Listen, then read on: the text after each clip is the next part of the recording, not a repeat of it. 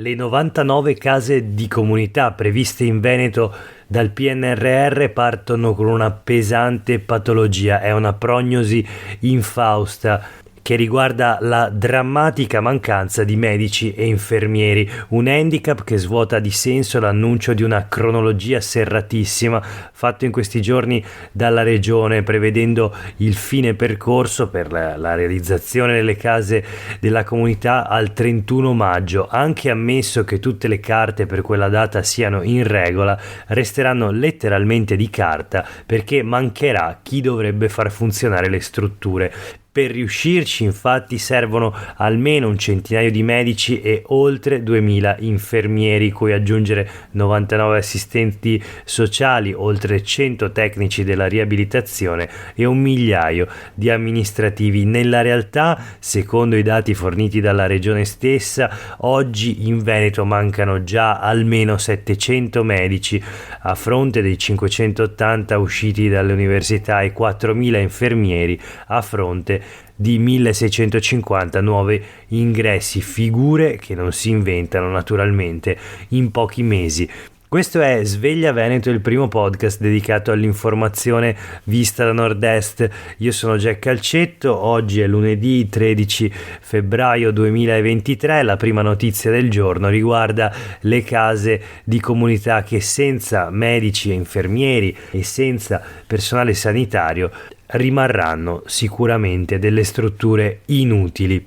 Non esiste personale infatti per far funzionare le 99 strutture previste dal PNRR nel territorio del Veneto, né ci sono gli specialisti per gli ospedali di comunità. Questo perché per tanti anni si è solo e soltanto disinvestito in sanità, tagliando nel pubblico e anche aumentando i posti letto nel privato. Ce ne parla oggi Francesco Iori sulle pagine dei quotidiani del gruppo Gedi in un articolo, in un editoriale in cui fa il punto sulle case di comunità, una componente strategica del riequilibrio della medicina verso il territorio, questo almeno nelle intenzioni del PNRR, intenzioni che però si scontrano proprio con il territorio, con un Veneto dal quale i medici stanno fuggendo e dove è sempre più difficile reclutare personale nella sanità, e questo lo vediamo in un altro articolo, in un'altra pagina dei quotidiani del gruppo Gedi di oggi che parlano proprio della sanità in Veneto.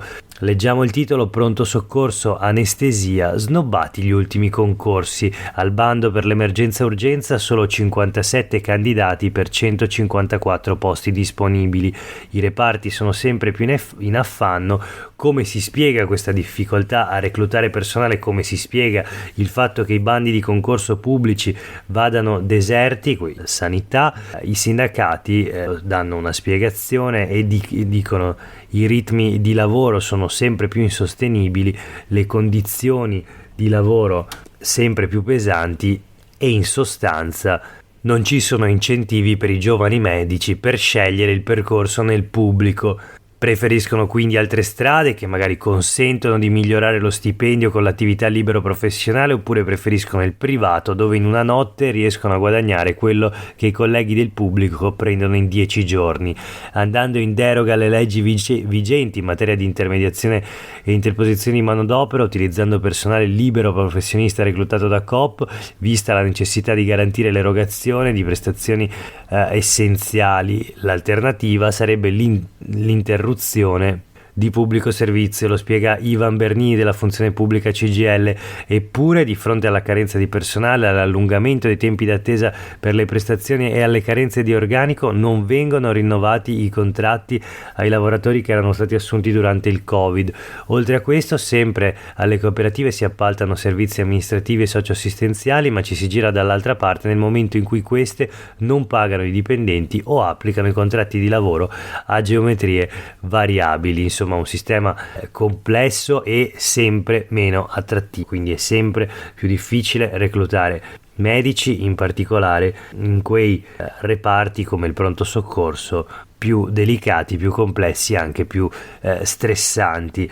Un'altra notizia sempre in tema di sanità, nel decreto ministeriale che assegna i posti di medicina, l'Università di Padova, il BO, avrebbe 58 posti in meno, una sorpresa contenuta nel decreto. Università e Regione parlano di numeri provvisori e il Ministero si affretta a rassicurare dicendo che Padova non subirà tagli. Ma intanto appunto c'è questo giallo dei 58 posti in meno scritti nel decreto. Il preside di medicina spiega che manca ancora il corso in inglese, avremo quanto richiesto, e da Roma arrivano le rassicurazioni appunto in tutta Italia, 500 posti in più, vale anche per il Veneto. Insomma, vedremo se effettivamente questi posti verranno poi assegnati. Naturalmente la formazione di nuovi medici è strettamente collegata a quello che è il problema gigantesco del buco negli ospedali veneti da oltre 3.000 medici, per non parlare poi dei medici di base e dei medici di famiglia che non si trovano in regione. Sono circa 350 le zone carenti, cioè le aree del territorio veneto dove non c'è un medico di medicina generale e quindi i cittadini restano senza riferimento dal punto di vista, devono spostarsi dal loro territorio, effetto di una programmazione che evidentemente è saltata, e appunto c'è attesa per il prossimo decreto che stabilirà con esattezza il numero degli aspiranti dottori che accederanno ai corsi di laurea in medicina. Voltiamo pagina dopo questa lunga panoramica sulla sanità veneta e sulla crisi, sulle difficoltà della sanità pubblica naturalmente nel territorio della nostra regione. Parliamo ora di politica, dell'attualità politica. Il congresso della Lega, la notizia sul Gazzettino di oggi: Treviso, Lega divisa in tre.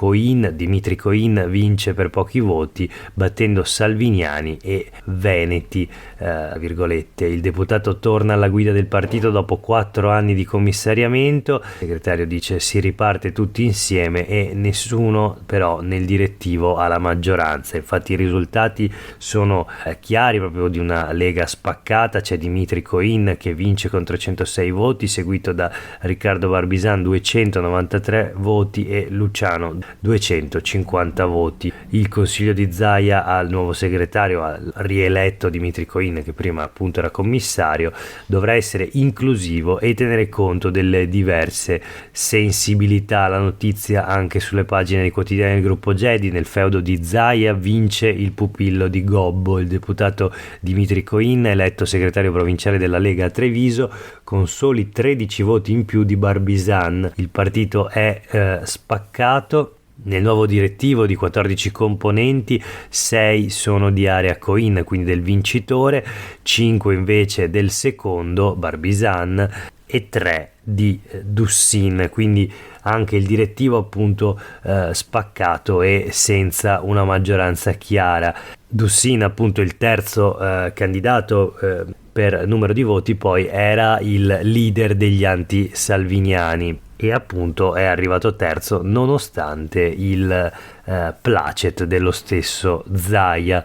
Lo sconfitto Barbisan fa i complimenti a Dimitri Coin, ma sono più, ricorda che sono di più i militanti che non l'hanno votato di quelli che lo hanno votato. Il commento di Zaia dice: sono troppi 3 candidati, non credo si tratta di una lezione di democrazia, se era uno solo avreste parlato di dittatura. In tutto ciò nessuno nomina Salvini, mentre invece Gentilini, l'ex sindaco sceriffo di Treviso, evoca Bossi. Anche il sindaco attuale invece di Treviso, Mario Conte, fa appello all'unità, dice invita anche a far sì che Treviso pesi di più in Veneto e nel partito, nella Lega veneta. Il segretario federale manda uno stringato messaggio: buon lavoro a Coin. Ma questo per quanto riguarda il congresso della Lega, ma c'è un altro congresso che si sta celebrando in questi giorni ed è quello del Partito Democratico. Anche qui leggiamo sul Gazzettino che Bonaccini è primo nei congressi di circolo, ma in 3 province venete si afferma invece Elly Schlein, che in Veneto peraltro ottiene una percentuale molto più alta della media nazionale, superando Bonaccini a Venezia, a Rovigo e a Verona. In Friuli Venezia Giulia Gianni Cooperlo triplica il risultato rispetto alla media nazionale. Gianni Cooperlo che naturalmente è originario di Trieste. Allora vediamo rapidamente le percentuali. In Veneto per Bonaccini il 46,2%, per Elly Schlein il 41,5%, per Gianni Cooperlo l'8,1%, per Paola De Micheli il 4%. Per oggi è davvero tutto, grazie per aver ascoltato questa puntata di Sveglia Veneto. A tutte e tutti voi una buona giornata.